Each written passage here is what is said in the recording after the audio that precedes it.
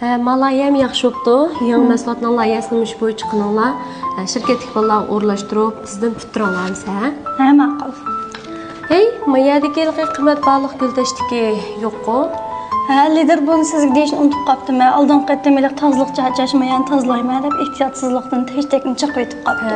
O'z ishni bo'lganda? Yo'q. Shuni bilan men 1000 koy to'latkizgandim. Buningda sizning xatolig'ingiz borga qarasam.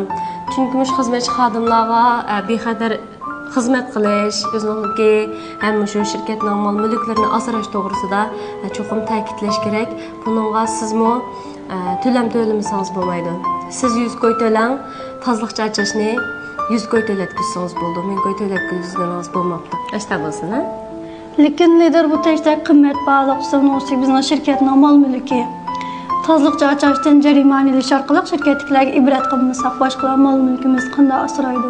Shirkatlarga ibrat qilsak bo'ldi, lekin tozliq chachashning mishada teshtekni o'rindan yutganligi, uning mishada tozliq qilganligini bildiruvchi. Bu xizmat qilish jarayonida unda kamchiliklar, unda sababliklar yuz berib qoladi. Endi bu sababdan 1000 koy maoshini tutsak, bu bir oylik maoshiningki 20 degan gap bo'lib qoldi-ku. Bunda qilsangiz yana maqita maoshini tutdingiz, bu daqiqada men shunda astoydil xizmat qilishni xohlamda. Shirkatga hech kim jarimani to'laydiganimiz bir narsa buzib olsak deb shirkatning mulklarini ishlatishni ham ajrni qilib shu shirkat ishlashni xohlamaydi. Shunlashqa mening deganim bo'yicha qilsangiz bo'ldi. Ammo bu bizning aygirimning badan yuz yo'qligimiz o'zingiz bilsiz. Birsini o'zingiz ishlating, birsini achishga berib qo'ying. Mening sizlarga azroq ko'ngil so'g'an bu chiqilib ketgan narsa bo'lsa hech nima bo'lmaydi. Men o'zim hal qilib olmoqchiman.